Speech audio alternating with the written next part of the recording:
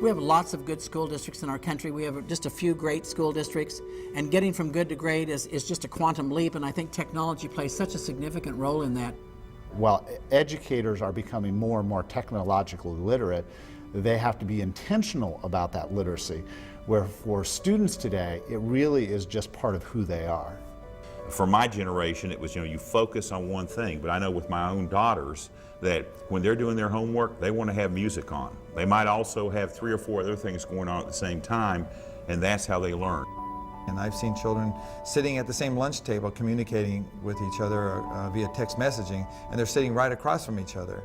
That says a lot of what technology has done to realign means of communications.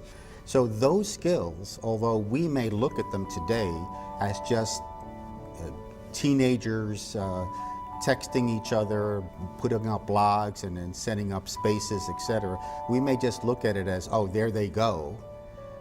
The underpinning of all that is real process. The underpinning of all that, believe it or not, is part of the scientific process.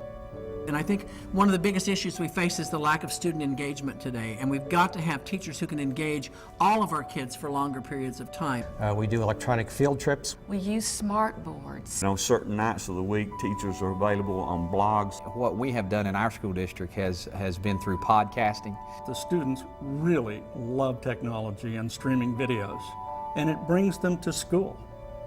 We had a teacher go on vacation to Egypt with her husband, and every day they got online and did a video interface back and forth and talked about what they were seeing, and the kids would research things about that, so the next day activity they could talk to them, live. One of the things that makes technology difficult for teachers in many instances is that it doesn't work right all the time.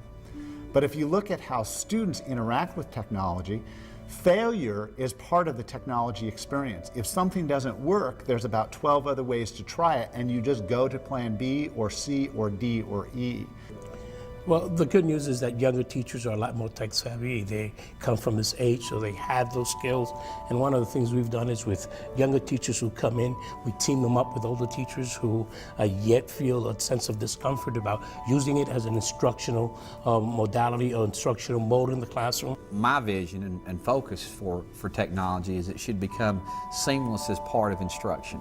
So imagine a future where a child can actually choose whether he or she wants to see a lesson done kinesthetically versus visually. So the use of technology will allow a student to start at one point, and before the lesson period is over or before the unit is over, that student will see his or her success. Once they see that, they are then much more engaged into their own education and generally will begin to lead the way, and then the teacher will be able to take his or her rightful place as the facilitator of learning for these students. I'd like to see us have more superintendent summits on technology. Let's talk about what we can do and share the information. Where are folks really doing this well, and what can we learn from those kinds of things? The hope is if students are really truly engaged, they extend their own learning. They'll take the materials and the tools and everything and extend their own learning far beyond what we do in the classroom. We need to build that culture of experimentation, that culture of learning inside of the school system for our teaching staff, which is a cultural issue. It's not necessarily a technology issue. You've got to be sort of an entrepreneur, a technological entrepreneur in the 21st century. You've got to broker all those resources and find ways that you can bring all that to bear, because the bottom line is your kids are the ones who are going to benefit, and that's what we're all about.